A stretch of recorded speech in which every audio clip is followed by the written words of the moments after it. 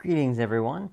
We're going to talk about two C++ structures today that we haven't probably encountered, especially if we're coming from Python. Let me quick summarize that the whole point of what we're talking about today is to simplify our code. So we could accomplish what we're going to talk about with if statements. So if you see the code and you're like, wait a minute, couldn't we do that already? Yes. The whole point is, though, to make our code easier to read. So let's imagine that you're trying to write a self-driving car program. Right? And you have really basic directions: turn right, turn left, continue, go straight. So at some point in your program, right, you're going to have maybe some sort of command. The command is going to be action. It's going to be an integer, right? And you're going to have an if statement that says if it's 1, then turn right. If it's left, 2, turn left, and so on. Right? So this would be the basic code structure you might have for your conditional logic. This is fine. If is a great way to do this. If is really good if you have a range of things like 1 to 7, or you have decimals or strings. It's fine. But there's a new structure that we're going to learn, and it's called switch. And switch is really useful if you have a finite set of options, meaning 5 options or 6 options or something very clear.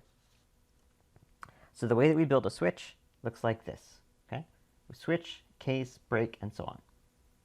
So we start off by saying switch and then the variable. This is the equivalent of if, x equals whatever, right? This is the equivalent of that. And so the variable that you put in here can be basically an int is how we're going to use it. It can also be a short, a byte, or a char. It cannot be a string. So if you're coming from Java, that is one thing we can't do in C++. So basically we're going to use it for ints only, okay? And then what's going to happen is it's going to try to match that variable to be true, right? If this is true. And so what we do is we give a label here. So instead of saying, the equivalent of x equals 3, we would say case 3 colon. So these are equivalent statements, okay? And so what happens is the code's going to go down. It's going to look for a match. It's going to look for a match. It's going to look for a match. When it finds a match, it will run this code inside the case statement. Now, the way we get out of that particular case is we call the command break. So you're always going to see this. We're always going to have a break after it. The else, the equivalent of an else, is default. So this is the same as an else. Okay? So it's really just a different way of looking at an if statement. So if we look at it like this, here's a simple comparison. Here is our if action equals 0. Instead, we say switch action. And then we list all of the cases that are going to be down here. So case 0, right, was here. We would list case 1. We would list case 2 and all the other cases you want to put down. And then finally, instead of having an else, you would have a break. Okay? So looking at a full example, we can see that this is a much cleaner way of writing a bunch of code where you have, let's say, 5 options. So case 0, this would be the equivalent of equals 0, this is equals 1, and so on. And then this is the else. Okay? Just a concise way to write this code. Summary, it's you have a fixed number of values, say 5 to 10, doesn't work with strings. Okay. Now, there's a second part that goes along with this, right? And again, this is something you could do with integers, but we're going to make it cleaner.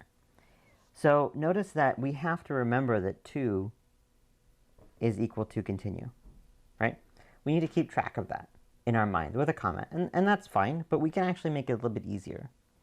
And the way we're going to do that is with something called an enum. Now, enum is a user-defined type. So it's a little bit like a class. We've used classes in other programming courses before, but it's much, much simpler. It's basically a way for us to give labels to constant values, right? So if you have a bunch of constants that you want to define, like continue or straight or reverse, it's just a really concise way to put them all together in a group. So we're just giving constants labels, that's all. Okay, how we define the syntax? We say enum, the actual word enum, then you give the name of your type, kind of like a class name. You give the name of the class that you want to define, the name of the enum that is. And then you say, what values should my enum have? Right? Straight, left, turn, right, turn, reverse, whatever. Okay? And we'll come back to those other notes in a second. Okay? So imagine we're back to this, right? We had this example where we knew that 0 was turn right, 1 was turn left, and so on. So what we do is we define those directions. So we say enum, and we're going to call our type, or if you want like our class like you would have before, we're going to call it operation. That's the name we're going to give it. And what values can operation take? Well, it can take the values left, right, straight, and arrive, because those are the only directions that we need in our program, right, for our self-driving car.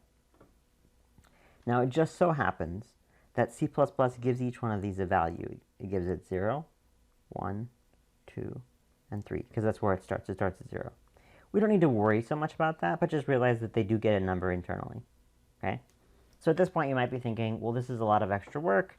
Seems a little bit confusing. Where's the payoff? Okay, here's the payoff. Now let's define an operation. Now remember that this is the type, right? This is the type. And this is my variable name. Right, just like you would say int x. This is the type, this is the name. So our type is operation. We just defined what that's supposed to look like. Now we have a variable called action. Now imagine your program is running. So I'm going to put ... here. Your program is running. There's some sensors in the car.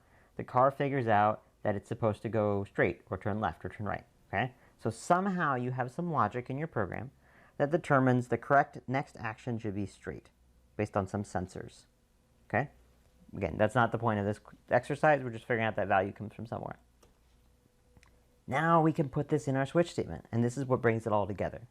So before we had int action, switch action, k0, whatever.